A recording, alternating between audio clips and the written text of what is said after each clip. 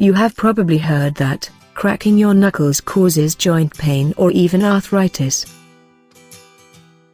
While scientists have said for a while that doesn't seem to be true, the myth lives on.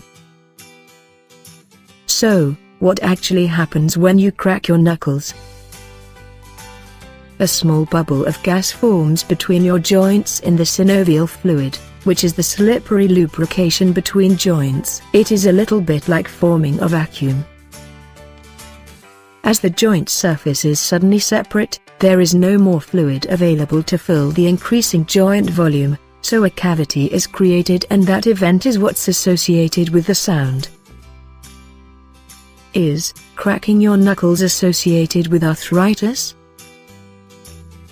The biggest concern most people have about cracking their knuckles is that it could lead to arthritis.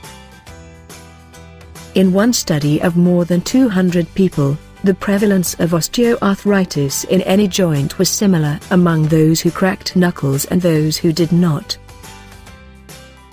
Is cracking your knuckles bad for you? There is no evidence to suggest that cracking your knuckles can cause inflammation or arthritis.